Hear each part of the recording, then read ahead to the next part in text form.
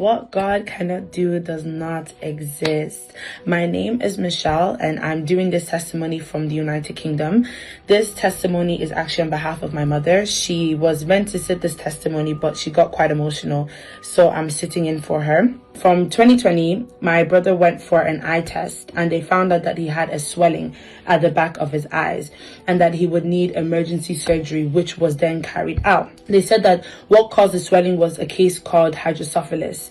And after they had done the surgery for him, everything was fine after then and he was acting as normal. We didn't think anything of it.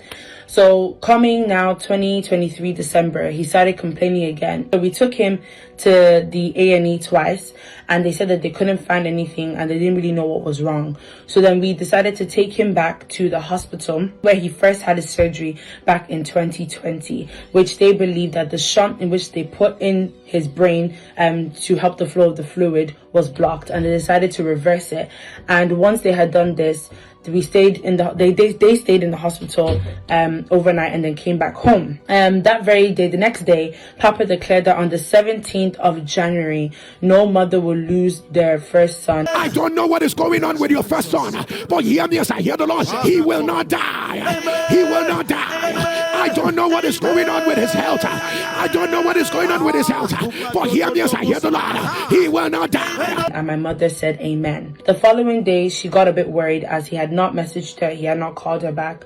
So she had called me to call one of his friends to speak to him and just for him to go and visit him at the hostel just to make sure that he was okay. As I spoke to one of his friend actually let me know that my brother had not come for the exam that he had gone back to university for, so that he was going to make his way to the hostel to check up on him and make sure that he was okay. On arrival to the hostel, he found out that my brother's room door had been opened, but he was not in the room. As he was about to leave, one of his flatmates came to him and told him that unfortunately my brother had collapsed in the kitchen and he found him and that they had to rush him down to the hospital, which I then informed my mother and she made her way down to the hospital.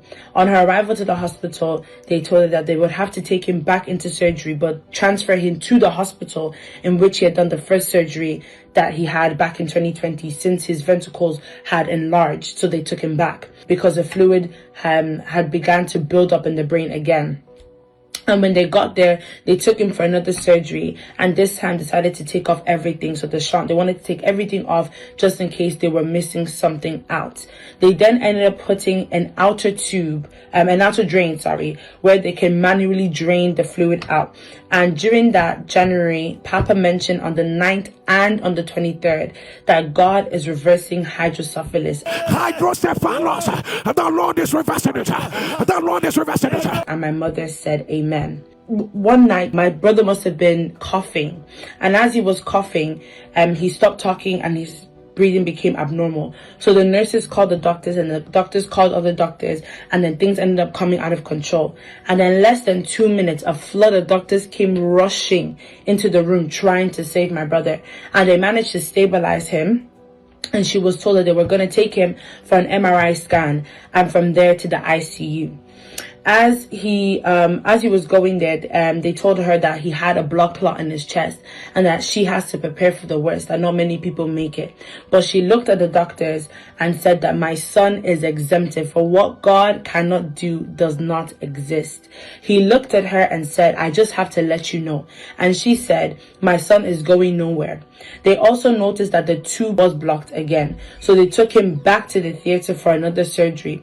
Another one after another, and it got blocked again. They kept taking him in and out of the theater. During the week of above my expectation, Papa said, God is doing that surgery by himself. This might not be for everyone, but the person is for. Hear the word of the Lord. The Lord has done the surgery. The Lord has done the surgery. And she said amen. That night she slept off and she had a dream. And in the dream, they had brought my brother to her and they had cut the middle of his head where they had done the surgery. And the doctor in which brought him back to her had said to her that we are bringing your son back, and they gave her a bowl of worms in what they've collected, worms of different sizes and different colors, and they said to her that these are the things that we have taken out of your son's brain. And he ended up looking like someone, his face was swollen, looking like someone who had actually gone through surgery.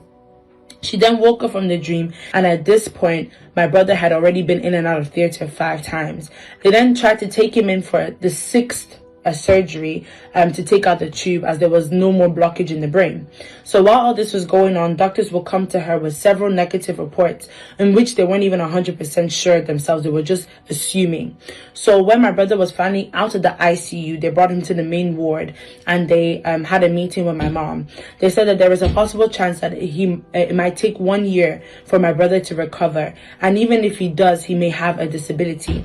They said the reason they even called for the meeting in the first place is to let me know that they were going to take out the NG tube from his nose and put a feeding tube in his stomach, and it might be for a long-term or short-term due to the fact that they were going to take him into the rehabilitation center.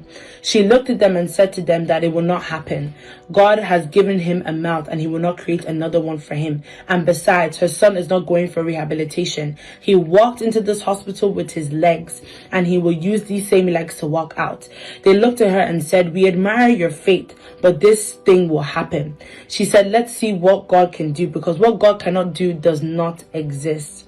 Papa, the following day you said, "You have boasted with the name of God. You will not bow your head in shame." I say, you have boasted with a rock. You will not bow your head down in shame. And she shouted, "Amen." They had waited for her to go and had waited for her to sign the papers so they can go ahead with the procedure, but she refused. And the doctor said that since she will not sign the papers, that and she doesn't want it to take place, that they would do it themselves. So they took him in and they tried every means possible to put the feeding tube inside of him, but every single time they tried, it failed. So they then brought him back, and from then she knew that God was at work. They brought him back to her, and they said that they would look for another way to getting the tube inside of him, and they were going to speak to specialists to see how they were going to do this. And then on the 31st of May, Papa, you said, "I don't know why they want to prepare you for the 7th surgery. You have been through so much pain. It will be reversed." I don't know why they are preparing you for a 7th surgery. The 7th surgery. You have been through so much pain. You have been through so much pain. If you are the one, put it on the live stream. And let there be reversed. When the surgeon came in, he went through my brother's file, and he said that my brother had gone through so much, and that they were going to cancel the surgery as a whole. Moving on, due to the tubes that was in his mouth, his tongue was consistently out, and she had believed that the tube had affected his tongue, and he was unable to bring his tongue out or even control food that was put into his mouth. On the 13th of June, Papa, you said, "Paralysis of the tongue be reversed." Paralysis of the tongue, let it be reversed. And she claimed it. After that declaration, my brother was able to stick out his tongue. He tried him with yogurt, and he took it. And mind you, they said that even if he does start eating, he won't be able to take enough that will sustain him. I told them that once my son starts to eat, you will beg him to stop. And this is what happened. He added 8 kg in a week, which the dietitian said was not possible. She came back several days later to weigh him, and the second time my brother had weighed 11 kg, and after that they took the ND tube out of his nose.